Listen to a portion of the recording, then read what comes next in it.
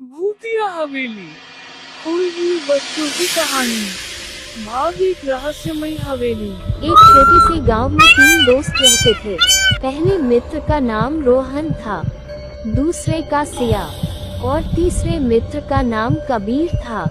उन्हें एडवेंचर बहुत पसंद था और वे हमेशा नई जगहों की खोज में लगे रहते थे। गांव के बाहर एक पुरानी और वीरान हवेली थी जिसके बारे में कहा जाता है कि वहां जाने वाला कोई भी वापस नहीं आता। गांव के बुजुर्ग कहते थे कि वो हवेली भूतिया है, लेकिन तीनों दोस्तों को इन बातों पर यकीन नहीं था। एक रात हैलोवीन के दिन उन्होंने तय किया कि वे उस हवेली में जाकर सच का पता लगाएंगे। रोहन, सिया, हम लोग आज ही हवेली में चलते हैं। कबीर, तुम सही बात कर रहे हो, हम कल रात में चलेंगे। हाँ, तुम दोनों ठीक कह रहे हो। चलो अभी घर चलते हैं, फिर शाम को यही मिलना, सब फिर चलेंगे भूतिया हवेली।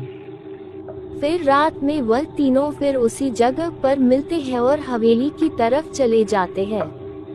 हवेली में कदम। फिर वह तीनों हवेली में आ जाते हैं और आपस में बात करते हैं। कबीर, यहाँ तो बहुत डरावना लग रहा है और बहुत अंधेरा भी है। तुम दोनों इतना क्यों डर रहे हो? अंदर चलकर देखते हैं क्या है। सिया, अभी तुम भी डरने लगोगी, देखते हैं तुम्हें। फिर वो तीनों डरते डरते अंदर आते हैं। तब सिया कहती है। अंधेरे में तीनों अपनी टॉर्च लेकर हवेली की ओर बढ़े। दरवाजा चरमराते हुए खुला और ठंडी हवा का झोंका आया। अंदर सब कुछ टूटा फुटा था। पुराने झूमर झूल रहे थे, दीवारों पर जाले थे और हर जगह अजीब सी सरसराहट हो रही थी। अचानक उन्होंने बच्चे की रोने की आवाज सुनी। कबीर, सिया, तुम दोनों जल्दी यहाँ आओ, ऊपर से बच्चे की रोने की आवाज आ रही है।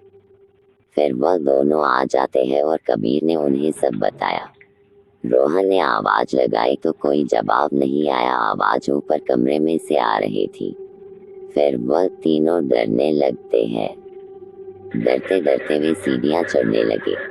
2 साए का डर। जैसे ही वह ऊपर पहुंचे, दरवाजा खुद ब खुद खुल गया। कमरे के अंदर एक पुरानी झूले वाली कुर्सी हिल रही थी, लेकिन वहां कोई नहीं था। तभी कबीर कहता है, ये कुर्सी हवा से हिल रही होगी। लेकिन कुर्सी तभी एकदम से झूलने लगी। सिया डर गई और कहती है, हमें यहाँ से चलना चाहिए। लेकिन तभी उन्होंने दीवार पर अजीब तस्वीरें देखी जो गायब हुए बच्चों की थी, और सबसे चौंकाने वाली बात, उन तस्वीरों में उनकी अपनी तस्वीर थी। भूत का हमला। अचानक दरवाजा बंद हो गया और एक खौफनाक हंसी गूंज उठी। तुम लोग यहाँ से नहीं जा सकते। तीनों पीछे मुड़े तो उन्होंने देखा एक काला छाया धीरे धीरे उनकी तरफ बढ़ रहा है। उसकी आंखें चमक रही थी और वह हवा में तैर रहा था। रोहन कहता है, भागो यहाँ से जल्दी। लेकिन उनके पैर जम गए थे।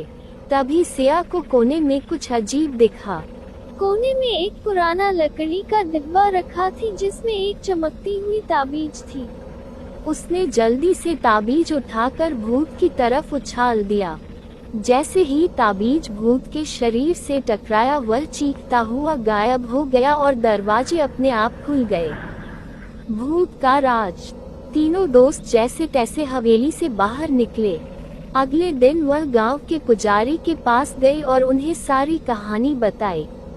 पुजारी ने कहा, कई साल पहले एक निर्दयी जमींदार ने हवेली में छोटी बच्ची को बंद कर दिया था और वह कभी वापस नहीं आई। उसकी आत्मा अभी भी वहां भटक रही है। फिर वह तीनों मिलकर हवेली में पूजा करवाते।